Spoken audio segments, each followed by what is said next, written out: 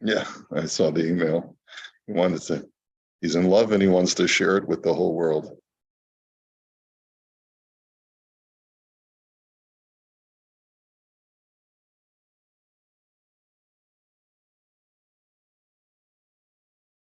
Yeah, yeah, they're the fastest. They're the fastest in the building. Yeah. Okay.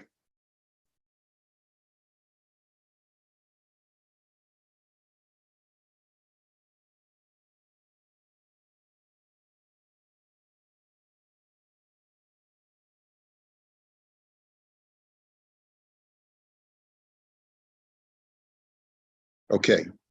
So this is just part two of the Shayla. We're not going to go into the ins and outs because we've already seen this another form of this Shayla from last time. But it is addressing the issue of at what point does a person accepting tzedakah have to sell off his assets before taking tzedakah money? So the second part of this question is Shimon kibel rahitim yikarim b'matana lachasana. Shimon received expensive furniture for as a wedding gift. Matzavo akalkali hu kashe biyoter, u'rotze lekabel tzedakah miyachidim b'tzina. His financial situation is very tight, and he has an opportunity to collect tzedakah privately from individuals. So we're not talking about taking from the community chest. We're talking about collecting tzedakah from individuals. And if you recall, in our previous tshuva, we saw that there was a distinction. To accept, to take money from the community chest, we do obligate you to liquidate your assets so that you live with the bare essentials. And if you have, let's say, gold utensils, you have to liquidate them into silver and so forth. But over here, you're not collecting from the community chest, you're not coming to the Gabbai tzedakah, but you have private individuals who would be willing to give you tzedakah. Are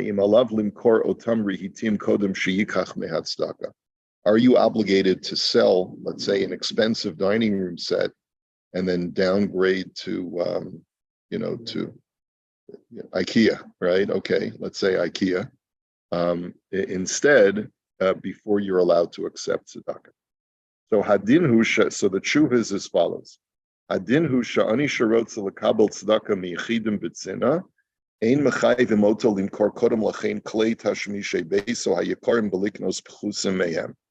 So the halacha does not require a poor person to liquidate his assets that are considered to be the living essentials in order to procure less expensive living essentials if he's only going to be accepting funds from private individuals. But the issue is that the poskim debate what is considered to be your basic essentials of the household. According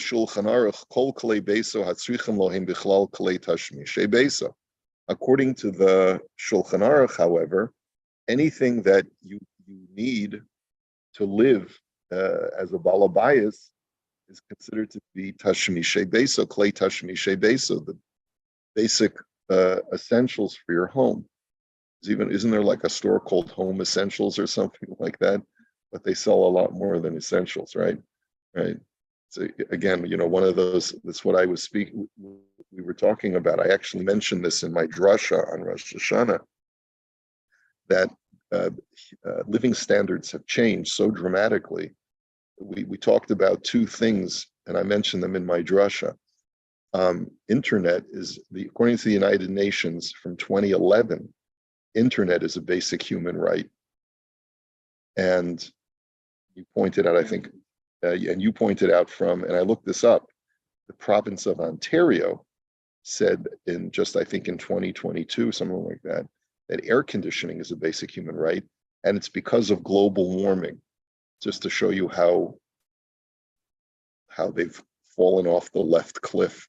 But anyway, that's it's a basic human right. Anyway, and that's in Ontario.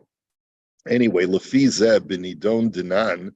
So therefore, in our case, Shimon eno chayiv limkor es arihitim hayikarim shelo v'liknot pchutim mehem. According to this, Shimon is not obligated to sell his more expensive furniture and liquidate it so that he can buy IKEA furniture and live another couple of months off of the profits.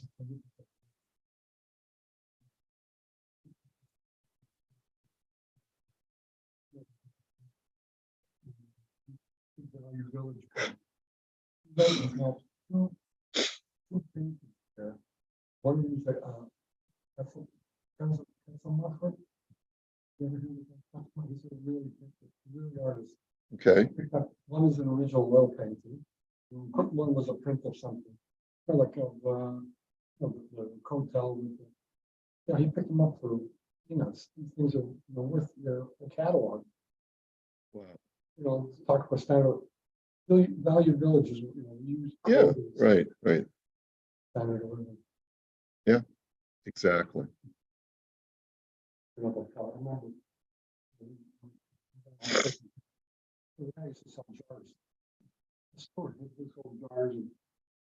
Yeah, knickknacks. Yeah, the five and dime. Okay. And then we have the next Sheila, which is also having to do with if a poor person is obligated to liquidate his assets. And this is specifically where even if he does liquidate his assets, he won't be able to live off of the profits for a year. In other words, the definition of an ani is that he doesn't have enough to live out the year off of his savings. So then he's entitled to collect tzedakah. So the question here is, Shimon hechzik berechev b'tekufa shematzavo hakalkali hayatov. Shimon was able to get a car when his financial situation was good. Ve'ata matzavo hakalkali hu kashe biyoter. And now his financial situation has degraded. Ha'im mutal alav limkor et harechev shelo she'eino shaveh sikum sheyachol lichyot bo shana. Is he obligated to sell his car, even though the amount that he's going to get for his car is not a large amount? In other words, it's a clunker, and he's not going to get enough to live off of for a year. So kodam sheyikabel mikupa hatzdaka shel hashchuna, before he starts accepting money from the community chest. Now here, like if this question was collecting from private individuals, it would be definitively no, he's not obligated to sell his car. But here, he's now wants to go to the community fund. And so this makes the obligation for him to sell off his assets that much more necessary. So the question now is, but he's only going to get a small amount of cash. So maybe that would also be a reason why he doesn't have to. So in the tshuva, he writes, Chila yesh lahakdim, sha'ani sherotza lekabel mehatzdaka afilu b'tzinim meyechidim,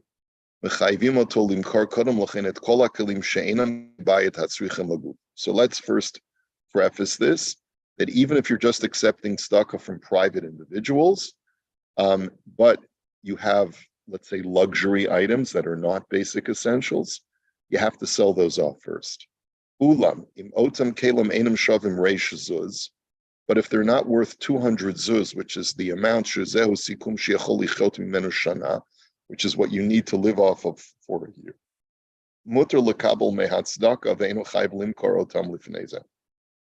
So then you don't have to sell off those assets. You only have to sell off assets that the profit will be so much that you can live off of for a year. He says, dinan, Shimon Rishai lekabel mehatzdaka ve'enu chayv limkor es harechev shelo, im b'tziruf de meharechev ve'akesef sheyesh lo, lo yihya lo sikum sheyachol lichlot mimenu shana. And therefore, based on what we've said, if Shimon has no income coming in now, or like a paltry income coming in now, so with the money that he's earning and the money and the savings and the sale of the car, he's still not going to have enough money to live out the year. So then he's allowed to collect tzedakah without first selling off his car. Okay? And I think that that's self-explanatory. And so he says, but then he says, ulam, however, afilu ein lo ke'et matayim zuz v'hu begeder ani. He says, however, even if doesn't have 200 zuz, and he therefore qualifies as an ani, bikol makom in pasha ba'atzmo v'hevi et atzmo lidei aniyut. But if he was negligent and he caused himself to become impoverished by, let's say, acting irresponsibly, yesh mi shesover sha'asr lo lokachas mehatzedaka. There is an opinion that says that you're not allowed to take money from tzedakah. Va'afilu im yeh muchrach limkor chafatzav ba'ofen sheyafsid me'ha'erech amiti shalahem. Even if that means selling off your assets and getting less than what they're actually worth. Below yihya lo mehamachira reish zuz, and even if you're not going to be getting enough to live out the year off of them. In other words, there is an opinion that says that if a person became poor through a dereliction of responsibility, then he would be obligated to sell off everything before collecting tzedakah.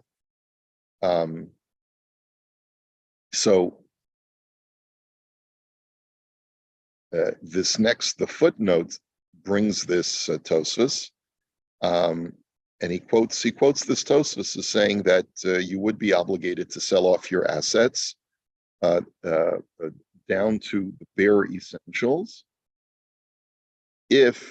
even if you're not going to be able to live out the year off of them, if your negligence was what caused you to become poor, which of course is obviously very difficult to ascertain. And it's really, really hard to know that. So I don't know that it makes sense for us to go into this any further, but we'll have to hold it here because we're already out of time. So I think we're going to start tomorrow, Mirz Hashem, at 6. So for those in Eretz Yisrael, that'll be at 1 instead of 1:10 p.m. And have a meaningful tainus, everybody. And we'll see you, Mirz Hashem, tomorrow at 6. Take care. Good.